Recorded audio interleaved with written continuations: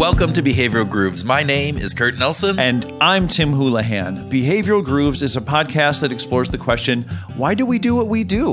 Where we talk a little music and we leave you with some ideas on how to apply behavioral science to your work and life. We are building a community of behavioral science practitioners around the world, whether that be formally in your job or research, or more informally in applying these lessons to your life and relationships. Yes, and we would love to hear from you. Yes, we would. Get in touch with us via Twitter. We love Twitter, and we can be reached at @WhatMotivates and @THoulihan, or just leave us a message on the behavioralgrooves.com website. We want to know how we are doing and what topics or areas that you would like to see us explore in greater detail. Also, if you have a suggestion for a guest, please let us know. We are always looking for fun, engaging guests that can bring a unique perspective on this topic. That is so true. That's what we're all about. We are. So today's episode is part of our UPenn NoBeC series, where we talk with researchers who presented at the University of Pennsylvania's Norms and Behavior Change Conference way back in October of 2019. Oh man, we learned so much there. Agreed. And now we get to share some of those learnings with our listeners. Yes. Eugen Dimant is the Senior Research Fellow with the Identity and Conflict Lab in the Political Science Department at the University of Pennsylvania. But wait. Yeah, I know this is coming. There's more, isn't there? There is more. He is also a fellow in the Behavioral and Decision Sciences program and the Behavioral Ethics Lab, also at the University of Pennsylvania. Is there more? There is more. Oh, my God. Yeah, he is also an external fellow for the Center of Decision Research and Experimental Economics at the University of Nottingham. Why do we always get these underachievers on the program, Tim? I don't understand. Classic. I know. When are we going to get somebody that actually gets something done? Oh, my God. Totally amazing what our guests do. Yes. This is opposite day. That was not there. All right. So our conversation with Eugen talked through a bit of the NoBeC conference and its history, but then we delve into his work on social norms, particularly as they relate to changing behavior and to how norms impact that. We also touch on the backfire effect that nudges can have, and are there behavioral changes via nudges? Are those sustainable or are they not? Yeah, this was really, really cool. Of course, we also talked about music. Oh, we did. And he expanded some of our international musical tastes. Yeah, some good German bands in Very there. cool. I don't do a good German accent. I don't even know I tried. Anyway. I think it was worth a try. It was a bad try. It was a bad try, but it was worth it. All right. It's a great conversation and one that I'm sure that you will take a few lessons from. And if you want to hear about the lessons that Tim and I took from this session, make sure that you listen to the grooving component that we do right after the interview. And we've got a bonus track after the grooving session where we will give you, the listener, some specific ideas from this episode and how you can act on it right away. I think people are going to get a lot from this episode. I did. I did too. Yeah, you did as well, Kurt. So with that, we urge you to sit back with your bad apple drink. Oh, people, that'll be it. That'll be a clue. That's foreshadowing. And listen to our conversation with Dr. Eugen Dimant.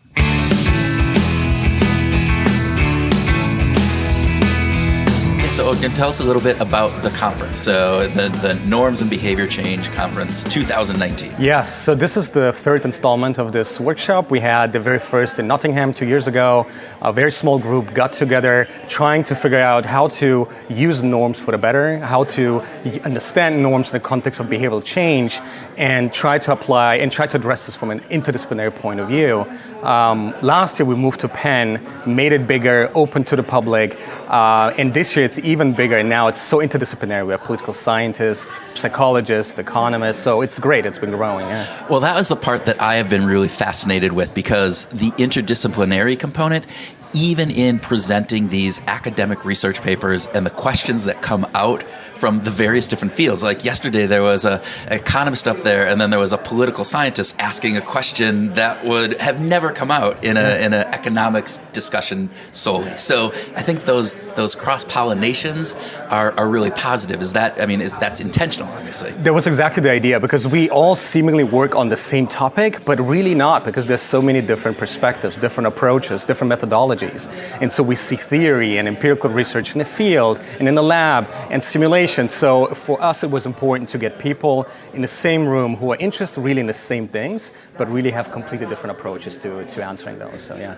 And finding the different ways of looking at something might spark some new ideas in their own research or in maybe one of the students that is in here listening in various different absolutely. aspects. And economics is and that's the field I'm coming from. We are known to not really acknowledge often the literature outside of economics. Yes. And so this is a good way to get people and make them aware of this other important research that really tries to resolve the same issue, but using a different approach, and we can definitely learn from that. So, yeah. Fantastic. Well, you had a paper that you talked about inside of this as well. So do you want to talk a little bit about what that paper was and what the findings were? Yeah, absolutely. So this is ongoing work with Cristina Bicchieri, Simon Gechta, Daniele Nosenzo, and what we are interested in is understanding how do norms change, to what extent norms change, and what can we do about it if the norms change to the worse.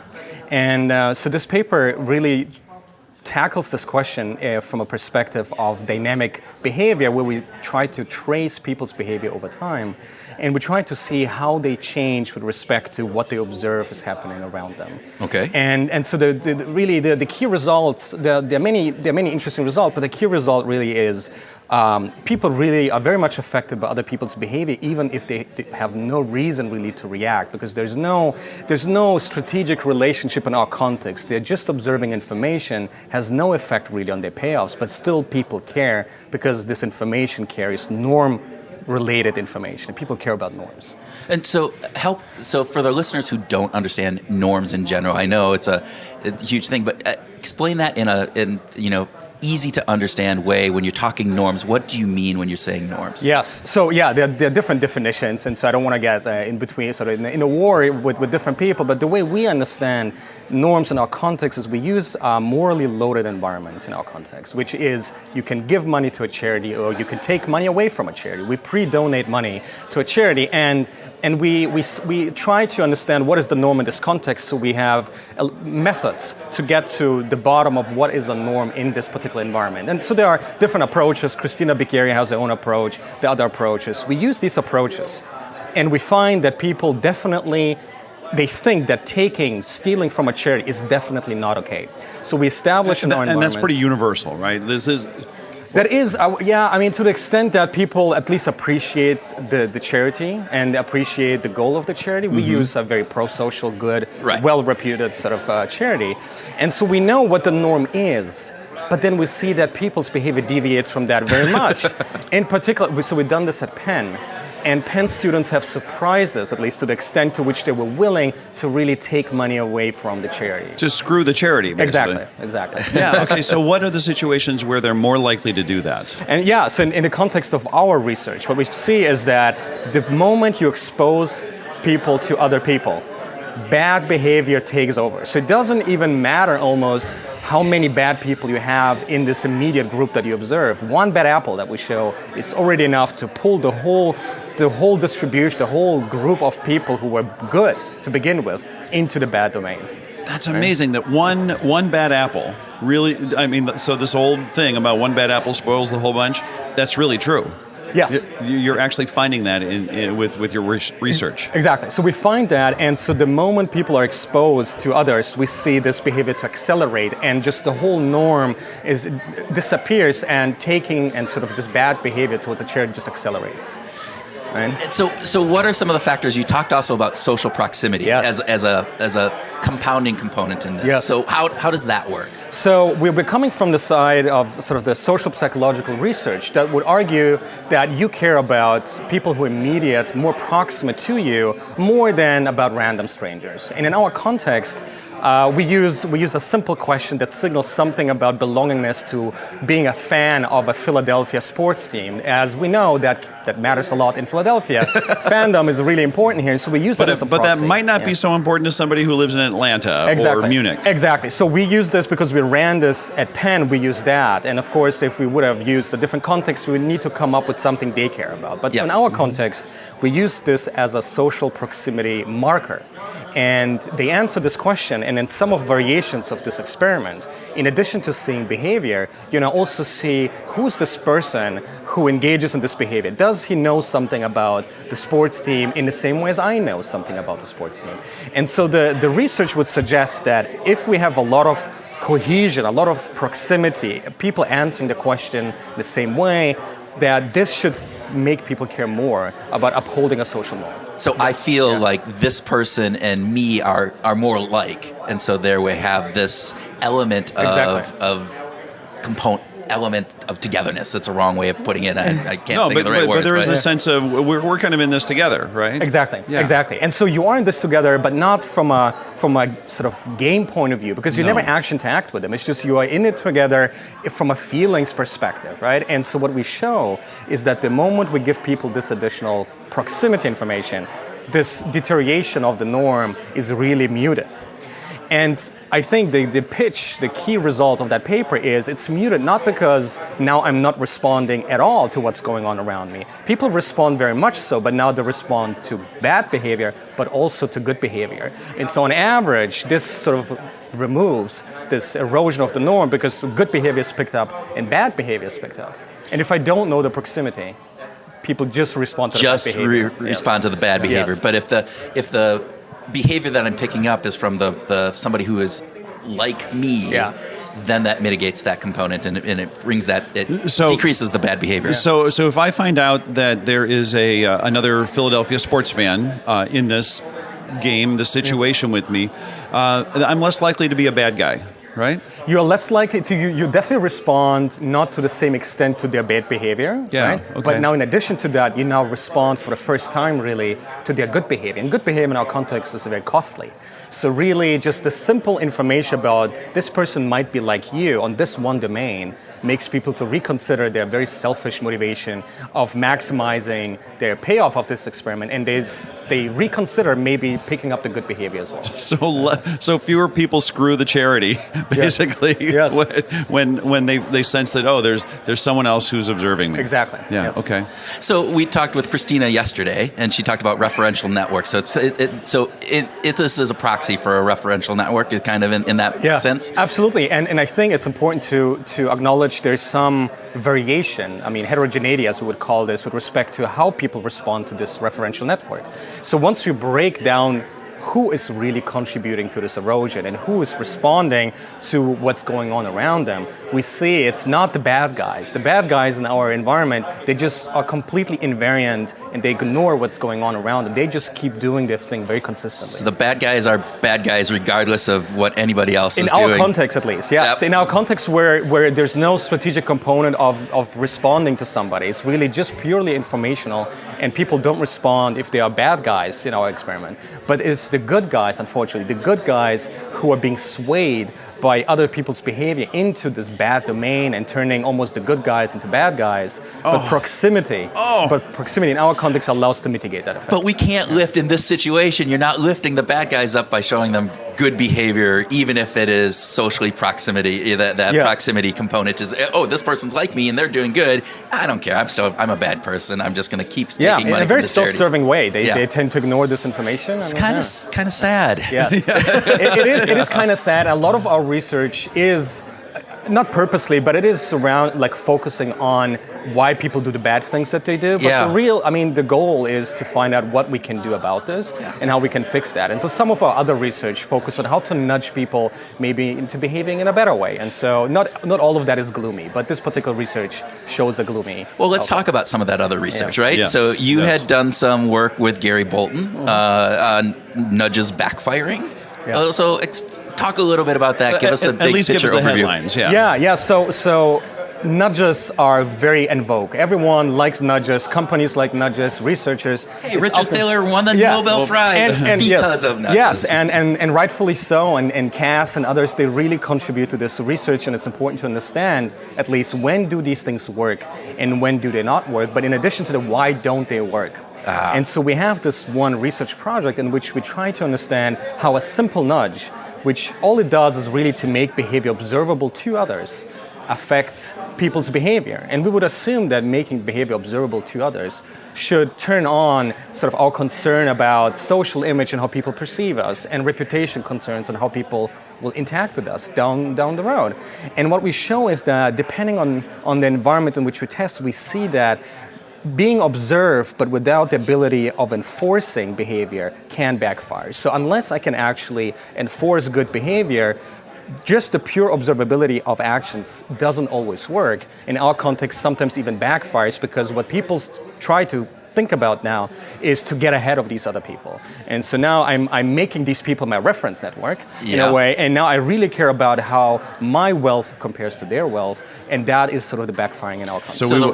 So the relative component, all of a sudden, I see this person who I don't have any interaction with at all, but now they become this reference point that I have to beat, because I am now, in a sense, believing that I might be in competition. In a way, with them. yes. And we're very concerned, of course, with answering the next question, which is how can we fix that? And so we couldn't just stop there and be like, well, unfortunately, nudges, but so we focused, and what we find very consistently with this other research is that social norm interventions do work. So if we make it very salient and we let people think about what is really appropriate behavior in this environment, people focus more on the society and the welfare and on the charity that they interact with, and less so about themselves. So this greediness or competitiveness that we see goes away the moment people are sort of primed and focused on social norms. So did you use a public goods kind of experiment on this? How did you operationalize that? It's very similar to the paper we just talked about. It's, again, a non-strategic setting, and it's just me and a charity,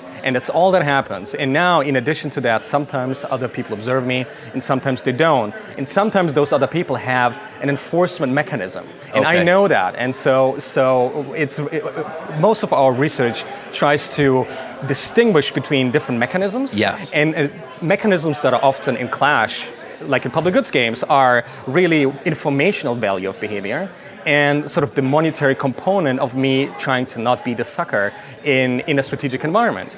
And we don't want this clash, so we remove this monetary component and we only focus on information. Right? Okay. So that's what we do here, that's what we do in this previous paper and also in others. Yeah. There's just thinking about sort of what's next, and talking about how nudges are so in vogue. There's some papers out there recently that are saying let's get beyond nudges. Yeah. Do you feel that is a sort of an appropriate thing to be talking about in the social context, in social norms, to say, can we kind of move just beyond nudges? Is there something else? So I'm biased, of course, because I'm part of Christina's team here, but sort of the mission that she's been publishing books and papers over and over again is that we need substantial change to induce behavioral change. And so with the way she perceives that is, if we think about nudges are often I just change the position of the snacks, and as you walk in, you will not go to the back of the supermarket because you don't want to actually, just it's put a couple extra steps and various different things. But then the question is, does this spill over? Is this a long-lasting effect? So the moment I put these snacks back at the beginning of the aisle, are people now actually learning and just passing those snacks, and they really learn something? So the question is, to what extent do simple nudge intervention actually change people's understanding, people's beliefs, and at the end of the day, people's norms? And so there is this distinction that we try to make between nudges and norms, which is nudges tries to tackle changing individual behavior. Norms try to tackle collective change, collective behavior. And so the next step that we see, and so Christina and I mainly she calls it norm nudging, is that we can use social norm insights into improving the way we nudge people in a way that will spill over and have long-lasting effects. So in that, we talk about injunctive norms and descriptive norms. Yeah. Sorry, I'm at a loss for words here. It's been a long couple days. But with that, there was we were talking with Christine about this, but I want to kind of go back into this deeper. So are you looking at changing those? How do we change those norm components, those social norms, and how people view those to make that change, to make that behavior change? So what is it changing the injunctive norms? Is it changing the descriptive norms? Yeah. Or is that too broad, and am I just simplify No, this? it's a great question. Also, the sort of the million and $1 billion questions. How do we tackle the right aspects of these things? And so The right aspect. the right Yeah, aspect. that's- And so that's critical. and Christina, in her most recent book, she pushes this idea of role models. And often we are in this bad equilibrium, in this bad state where everyone is engaging in bad behavior, or where people have the wrong beliefs about what people do, right? So they call this pluralistic ignorance, where I have a wrong perception, wrong understanding of the environment, and that makes me not change my behavior. So what we need to do is we need to change their beliefs. We need to update their beliefs in a way that can facilitate the better behavior. We need to focus them on better people, on role models, and we need to change their perspective and outlook. And this is challenging, and the field research on that is existent, but often shows ineffective sort of approach. Well, it's probably more than just information, right? Yeah. It's probably more than just a communication. It's also modeling and being in social context Absolutely. and a whole variety of Absolutely. And things. making sure you have the relational network that is the appropriate Exactly. one. That was one of Exactly. the interesting pieces that we talked with her about her work in India, where it's like, it's not the village neighbors, Yes. which you would assume, right? It was an assumption that when she said that, I said, oh, of course it would be my neighbors across the street. And no, it is only if they're family or close friends. Absolutely. And then Absolutely. the neighbors across the street, I don't Yes. care about. They're Yes. not part of that network. So peer effects are extremely important and have always been an important part of my research interest. Is we learn so much from others and we interact so much with them, but how do we stop or at least mitigate learning the wrong thing from others, and how do we make people learn the good thing and change the behavior? So that is. So tell us, how do we do that? Well, I mean, based on the That's paper an that easy I answer, right? it's such an easy answer, of course. But based on the research that I presented today, really is the proximity makes people to care more about the existing norms, right? So we need to make sure that we have the right norm in place, but then we need to make sure that people are actually observing the right people and the close people in the environments who can be role models for behavioral change. So, this is way off topic here. So, Awesome. if I'm going way off topic on this, I apologize. But Robert Cialdini, that we interviewed before, and we had a conversation with him. It wasn't on the podcast, but there was this component where he's talking about trying to change political beliefs in this really divergent, left versus right, and neither talks. And he said the way to do that is to say, I once thought like you did. I used to be just like you. So again, it's getting that social. I believe now. Yes. What I'm hearing is that it's building that social proximity to that person, so that they're not dismissive of your ideas right away, and you might be able to shift some of their mindset and some of their norms. I don't know if that. Yeah, absolutely. And so what we need to make sure is that we've reduced the wiggle room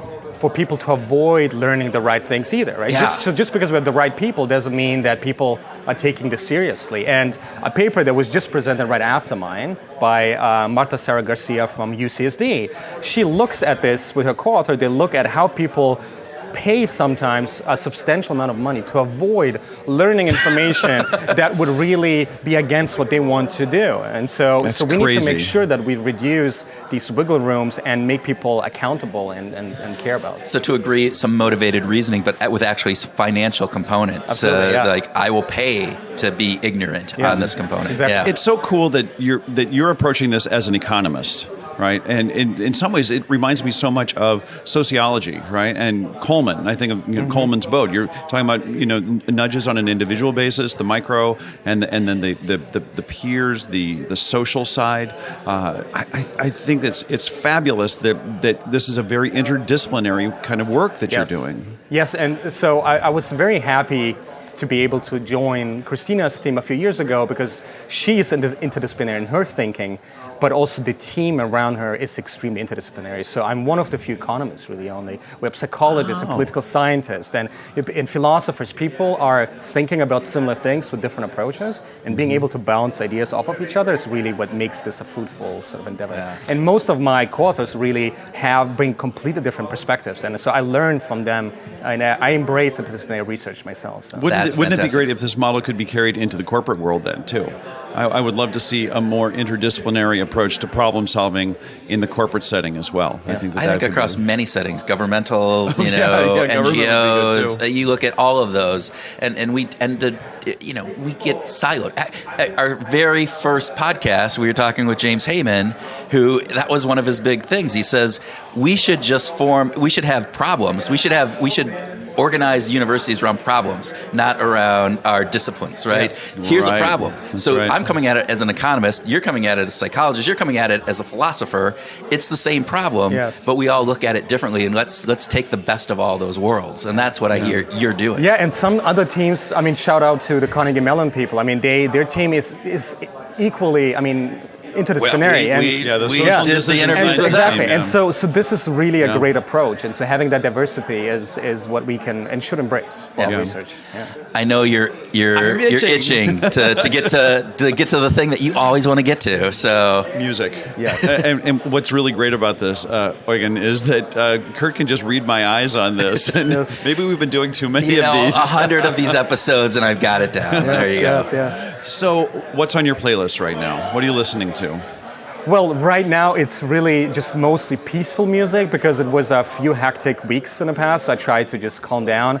But I would say for the most part, I listen to hip hop. That's sort of Okay. So what's peaceful music for you, though? Is it hip hop and just a, you know? It can be, but it's just sort of ambient type of sound, just something that makes me calm down, Yeah. just relax. So most recently I wasn't able to embrace my actual passion of music, but I would say if I can choose what to listen to and what gets me hyped, it would be hip hop. Yeah. And, Okay, and so- who? Okay. No. You ask these questions. I want to see how well do you do. Let's put you on the spot here. On the music questions, you're making us fail right here. You know this. I will utterly flub this up. So no, but who from a hip hop perspective? Who are the artists that you listen to?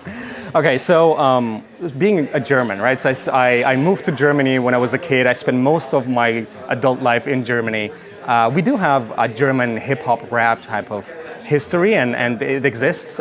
So I try to, even though I live in the U.S. now, I try to sort of embrace my heritage. origin, right? Yeah. And so and so the German rappers would not, ring any bells here. But in terms of the American ones, I guess so somebody like.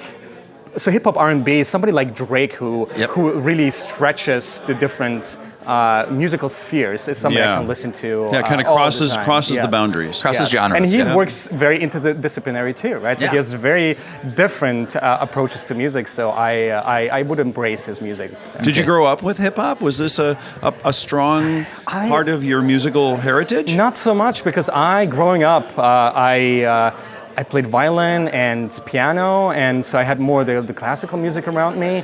I would say I have a lot of passion for jazz, which comes from my dad, who just me growing up, allowed me to listen to that. But I would say I didn't necessarily have a lot of hip hop around me. It was always music that lifted me up, and it was easy to dance to also. Right? So many times when I still went to the clubs, right?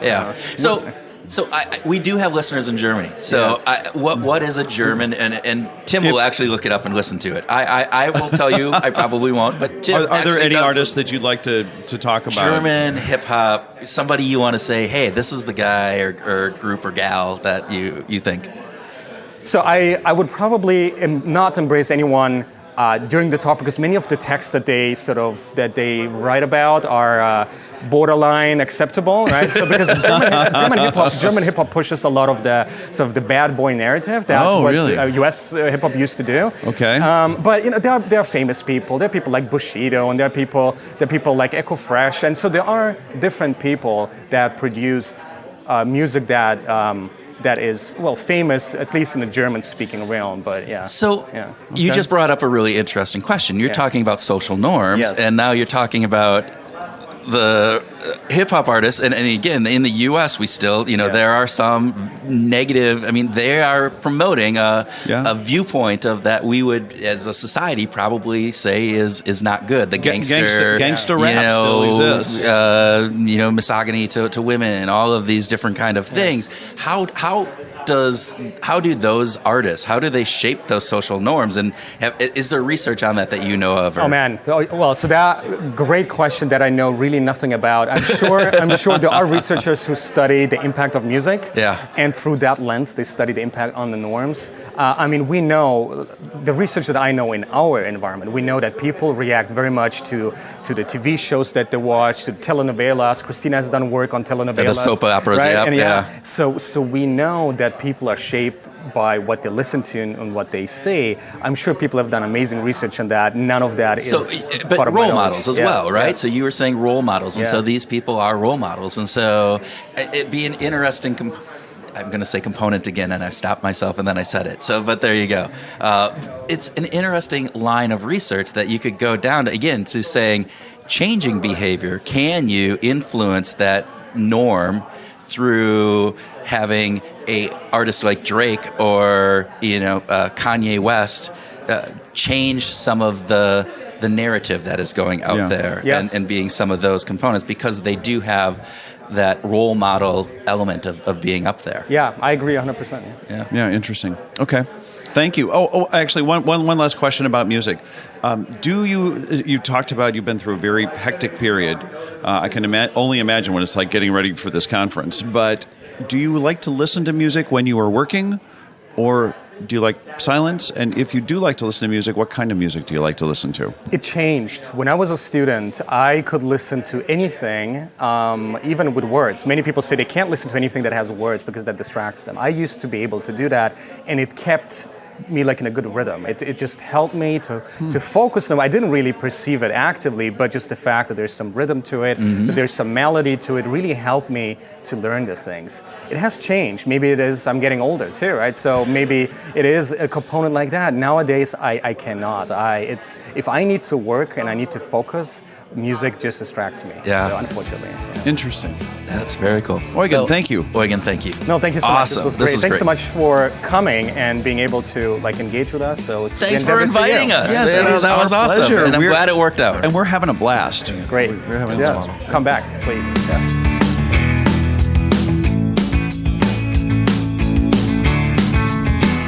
Ready? Ready. Welcome to our grooving session, where Tim and I groove on what we learned from our Behavior Groups interview, have a free-flowing discussion, and whatever else comes into our bad apple brains. The bad apple brain. The bad apple brain, Yeah. man. So you what is bring it? me down. You're the bad apple influence in my life. Then you should just cast me aside. Should I? Is that how that Pretty works? much, yeah. You're not going to change me. I'm a bad apple. You're a bad I'm apple. always going to be a bad apple. You're a rock star. Rock stars are always bad apples. So what did you think about Eugen? It was fascinating. He's amazing, isn't he? Oh my God, he's just What a great brilliant personal and history. Personal history, brilliant guy. Yeah. And brought some really interesting components. Again, so intrigued by the NoBeC conference and It was bringing terrific, social norms and how those impact decisions and behavior change. Again, it was an area that I wasn't really well versed in. And so all of the conversations that we had there, all of the presentations that we heard, I think just raised that level of knowledge up way higher than it was before. So, And a shout out to Eugen and to Chris Nave Yeah. for inviting us. oh yeah. That was just super cool of those guys to include us. Yeah. Yeah. Okay, so talk about Bad Apple. That bad apple, that was so fascinating. The findings from his research, right? That bad apple effect, that one person who is now negatively going against the stated social norms, thus influencing these other people, The non-bad apples. the non-bad apples, the people who are following those stated norms, particularly in this, where it's a giving to a charity and all the great things that Right. are going on that. And yet one person can influence that in such a negative manner. Yes. And so what I found that fascinating, but then I found the other part that kind of within that's fascinating is that the bad apples don't change if they're shown the good behavior, right? Yeah. And so within both of those, I wanted to kind of explore with you is, all right, so can we extrapolate? And I know extrapolating out from one research study is probably not a smart thing, but again, that's what we do, right? Well, what can we take away from it, right? What can we take away from our real world and real life? And I think about managing teams in the corporate environment, and you think about occasionally either adopting someone that comes in from another team, or you hire someone that turns out to be a bad apple. I'm thinking about the bad apple people specifically, that they become part of the team, where you generally had a good-natured, upbeat team to start with, and now you've got someone who is soured on everything. Yeah. And my own personal history has been, don't worry, the social norm will rule. Right? Yeah. That the good stuff they will come into the overpower. team, and our team has this positive team culture with all of these norms that we support each other, we positive, all that. Oregon got me thinking that, wait a minute, that's a myth. Yeah. That's just not going to happen. And you got to find alternative ways of dealing with it. Well, I've had a number of people come up to me in the work that we do, right? And they're talking to me about, how can I get this person to be better on the team? And in my past life, in multitudes of times, 15 years ago, 10 years ago, in helping companies around this team and different components. I said components again. I always say that. I got to stop that, right? Anyway, working with teams, I would say, just what you were saying, that just give them some time, make sure that the culture's strong, and they will come around. Because culture rules. Because culture rules, and that's the norms that we have.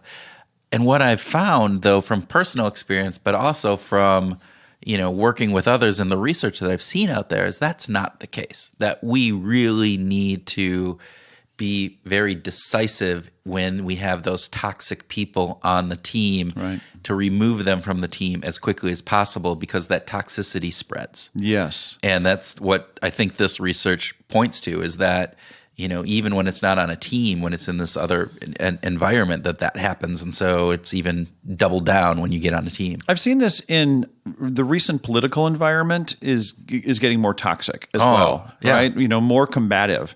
And I've seen people in both parties stand up at town halls and take a very loaded question from either a supporter or a detractor, and the person leading the town hall, again, I've seen this on both parties, pretty much shut them down, pretty much say, no. Actually, what you're talking about is a myth. That is a conspiracy theory. That is not accurate. And we're going to be dealing with facts in this conversation, and we're not going to deal with that. And to actually just shut down that bad apple has been effective in the two videos that I've seen. And again, it's not a big N, but I'm impressed that, first of all, that I've seen both parties do it, and I'm disappointed that people are emboldened to be bad apples in these contexts. It's one thing to be a bad apple online, to be kind of quasi-anonymous, or it's another thing to be a bad apple in a team or in a public space like that. In a public space where you end up having the social norms that are right there. And that you are definitely acting like, where you're yelling out or speaking out or interrupting and being very disruptive over that meeting that people are trying to do. I mean, there's been plenty of episodes where, city council meetings have been shut down, county board meetings have been shut down,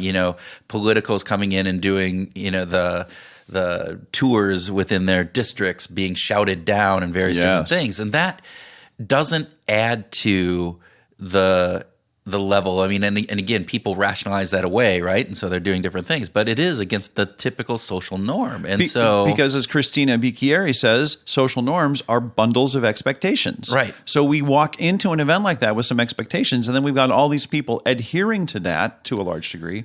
And then we've got one or two, acting as bad apples. I think that's amazing. So do you think that's because they can be trendsetters? Because they have seen that in other places. And again, with social media, now you get to see that one person who did it in, whatever county in Arizona it was. And now being here in Minnesota, I'm going, oh, well, they did it there. I can do it here. Right. So it's expanding on that, right? The Bobo doll effect kind of thing, really. Now I've got license to do whatever the hell I want to do. So that bad apple, you're poisoning that barrel, and that barrel has just gotten huger. because social media has spread the ability to have that poison go across a multitude of channels. Yeah, absolutely. We might have to talk to Eugen about that. That might be something that we could go in. Maybe we will. What else? What else? Well, so before we go off of the bad apple thing, the piece that was reassuring that I found that's right. positive on this was that there was that muted impact when people felt an affinity or proximity with that other person. That's so right. again, the Phillies connection, right? I think because they did this in that Philadelphia area, and so that muted the effect of the bad apple. So again, thinking about how we can influence that. So hopefully, if you do have a strong team culture and that culture is there and people feel an affinity towards the team and you get that bad apple on it, it's not as toxic as it could be if you had a team that maybe didn't have that group cohesiveness. Right. So, or that set of solid expectations about this is how we do things, and this is and the identity with that, and the identity with the others on the team. So I think there's some positive there, and I think there's some aspects that if you're a leader in an organization, really build those connections, build that semblance of proximity, build the component that we are part of this group together. So, yes, because it makes a difference. Okay, on to number 2. The nudges backfiring. Yeah, right? How about that? Oh, and again, how could that happen? Well, it happens, right? Right, it does. And so, having that social proof out there and nudging them in the proper behavior, which actually leads them instead to being more competitive. And again, it was that idea of what is the nudge actually activating in our brain, right? Is it activating that social comparison, that social norm that we're doing, or is it of the behavior that you're wanting to do, or is it activating this competition piece of I need to be better than them, right? Yeah. I want to make more than them. So it's competition in various different pieces, which goes again to something that we talk about all of the time. Context matters. Absolutely. And the complexity, what came across to me in this conversation was the complexity in which we live. We live in very complex environments. The context, tiny changes. Cialdini, I love when Bob talked about just, trying to replicate an experiment and thinking that the colors on the walls in the room where they conduct the experiment different from the first time to the second time could alter the impact, alter the effect. Well, yeah. And so actually tiny. And now that you say that, we just had the meetup with Terry Wu about colors yes. And the different impacts of colors. And I didn't put those two together, but now I'm thinking about that wow, the color on the wall in the room that you're doing the experiment on or in could drastically impact it, and it's something that we don't even consider. No, we tend not to. And by the way, I think that's your Kiki brain at work right there. Oh, that's my booba brain bringing things together.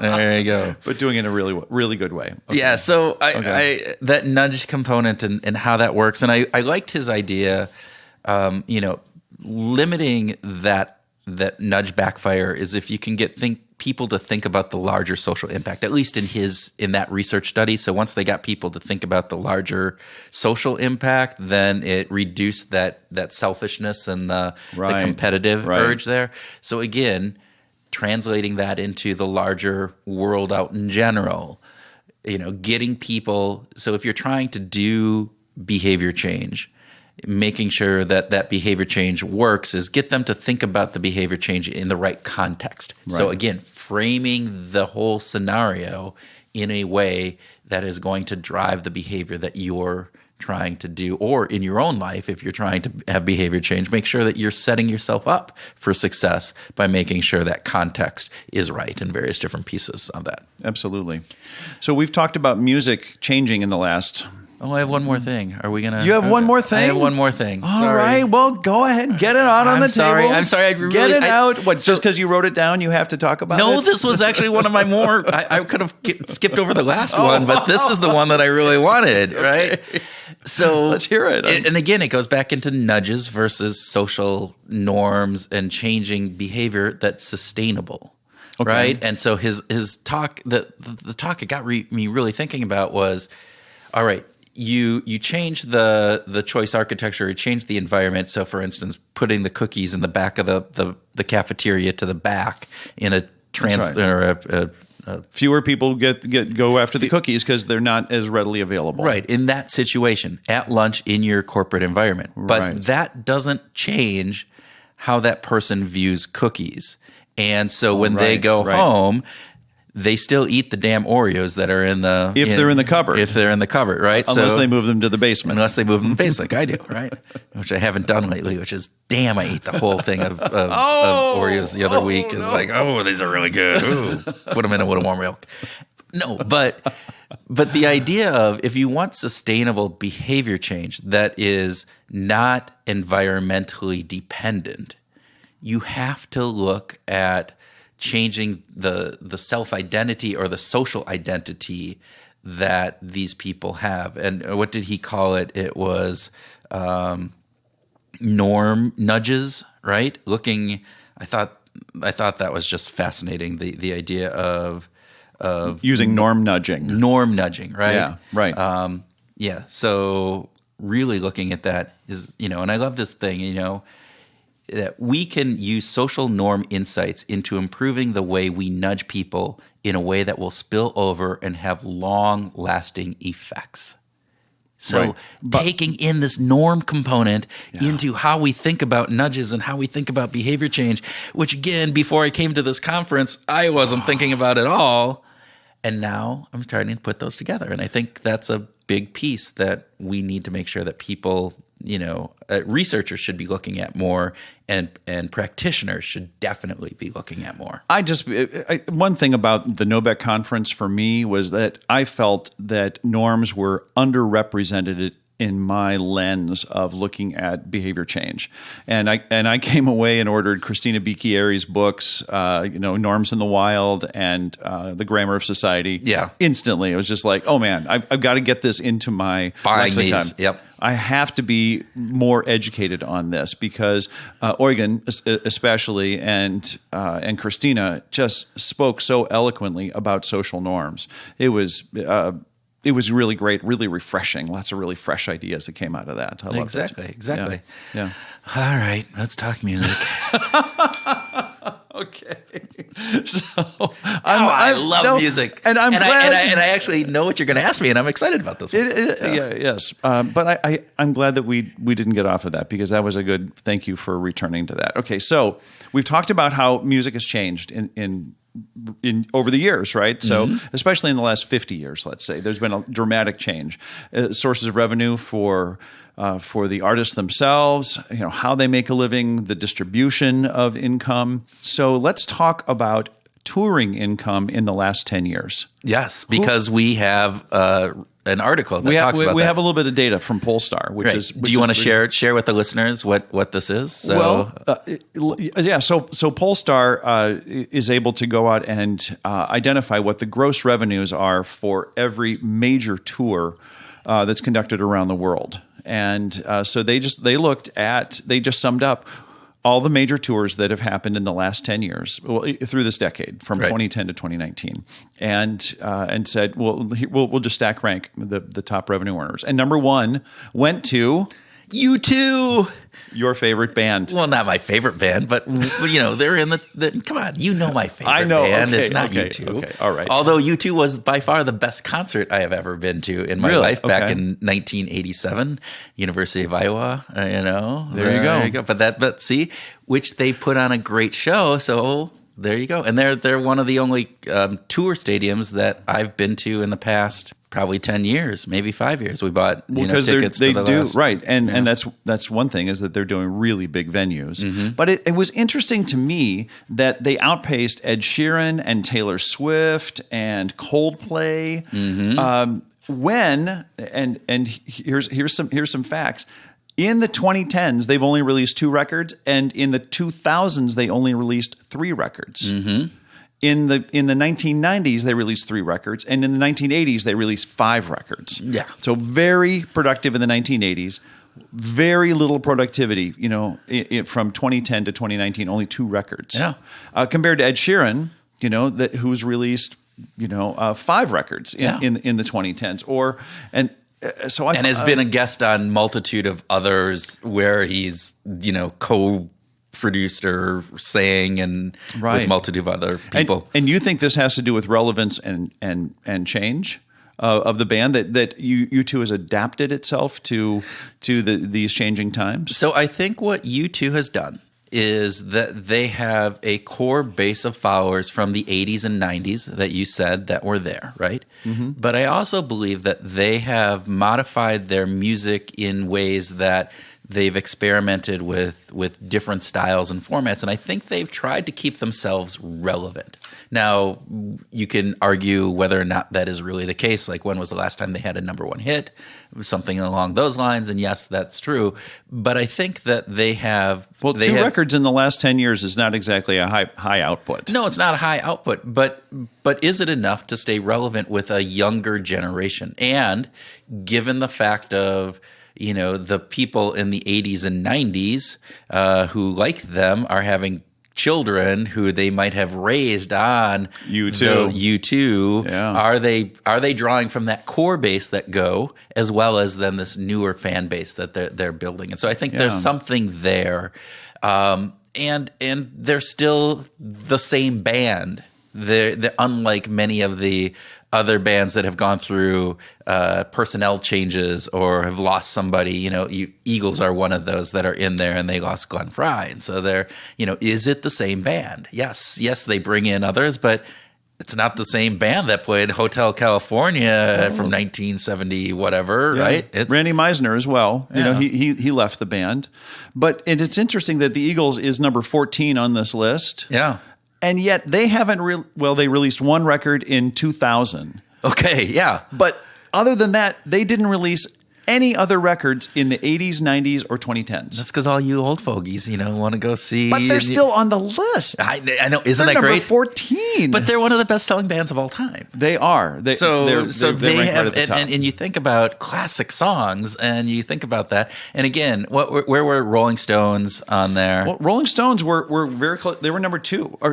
They were number 2. Yeah, and again, you think about the Rolling Stones. They've been around since the early 60s. And they haven't released a new record in 15 years. Yeah. So, but again, you have such the iconic, playlist that they have of their own songs, and people want to see them. And I think there's a part of this. It's like, oh man, I got to see the Stones before I die, or before they die, right? Yeah. And wow, I still have an opportunity. I thought last time it was going to be their farewell tour, and the time before that their farewell tour, and their farewell tour before that. I haven't seen the Stones. I would go see the Stones. Katie saw them in Singapore and said it was amazing. Yeah. Something else about this, though, is that tours are not like records. Like the music industry revenues used to be dominated by the 11 to 19-year-olds, basically, because records and CDs were relatively inexpensive. Tours are, going to see a live band is very expensive. It can be very expensive these days. Fleetwood Mac, the cheapest ticket at that show was $320. Yeah. And went way up from there. So I wonder if part of this is that the Stones and U2 are catering to an audience that is older and more affluent than who Ed Sheeran and Taylor Swift is catering to. I think and that they make more money at each show. Because they can sell the tickets for more. They can sell the tickets for more. I think you have a really good hypothesis there. Yeah, that I don't have the data to back up, unfortunately. Yeah, but that's okay. That's how it works. Okay. So, thanks for listening, folks. All right, and remember, stay tuned for the bonus track. Hello, everyone. This is Kurt with the bonus track and groove idea for this session. A couple key takeaways from this episode with Eugen for me is, first, it only takes one bad apple to negatively change the behaviors of others. Even when the stated social norms is one of good, that one person acting in a negative manner can change the behavior of others to go against that stated norm. Second, that research indicated that this influence only goes one way, making good people more likely to succumb to doing not great things. Lifting people up wasn't demonstrated by the research study that Eugen had done. Now, for both of these aspects, we can extrapolate out to our everyday lives to see some impact. What does it mean to have one toxic member on the team? What influence does a poorly behaving celebrity have on the behavior of our kids or ourselves? We need to be aware of the impacts that this might have, both on us and others. And how can we remove that potential negative influence in these situations? The third key piece that I took away from this, that nudges may not actually change our behaviors outside of the context that they were placed in. We don't stop eating cookies in our life because the cafeteria moves them from the front of the cafeteria to the back. Nudges work well in specific contexts, but we need to think about the underlying self and social identities that we have for long-term sustainable change. We need to norm nudge. Okay, here is your groove idea for the week, which is an idea or question that we pose to you, our listeners, for you to ponder or think about for this upcoming week. Is there a toxic person in your life? And if so, what can you do to limit your interaction with that person or the impact that their negative behavior may have on you?